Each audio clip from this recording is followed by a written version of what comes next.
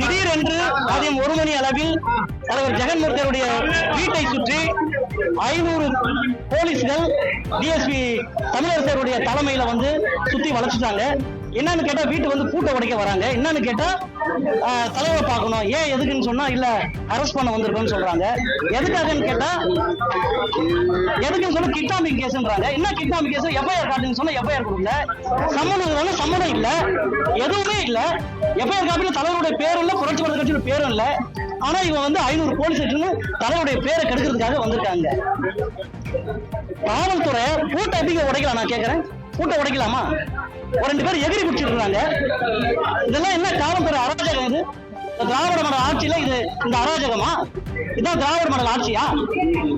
இந்த ஒரு சின்ன கேஸுக்கு அடிஷனல் கமிஷன், ஜாயிண்ட் கமிஷன் பேசுறாங்க. அந்த வீடியோ வந்திருக்காங்க,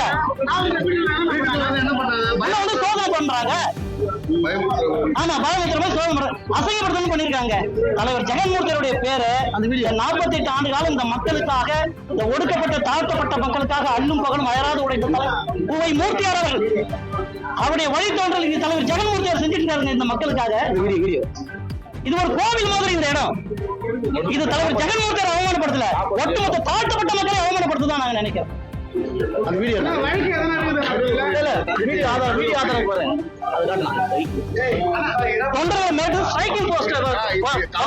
எதுக்கு வந்தேன்னு சொன்னாங்க?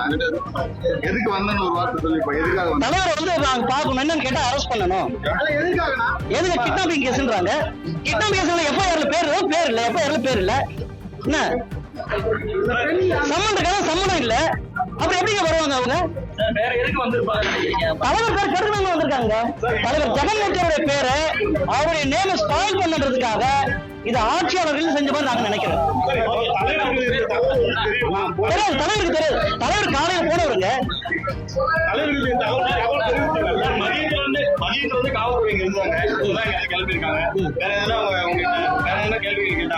வேற ஒண்ணு கேட்க அவங்க மிரட்ட தோறலாம் வந்து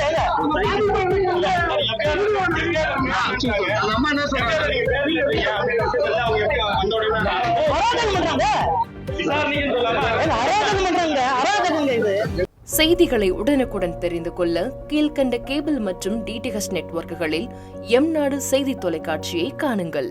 பாதகம் செய்பவரை கண்டால் நாம் பயம் கொள்ளலாகாது பாப்பா. மோதி மிதித்து விடு பாப்பா, அவர் முகத்தில் உமிழ்ந்து விடு பாப்பா. அண்மை செய்திகளை உடனுக்குடன் தெரிந்து கொள்ள இணைந்திருங்கள் எம்நாடு தொலைக்காட்சியுடன்.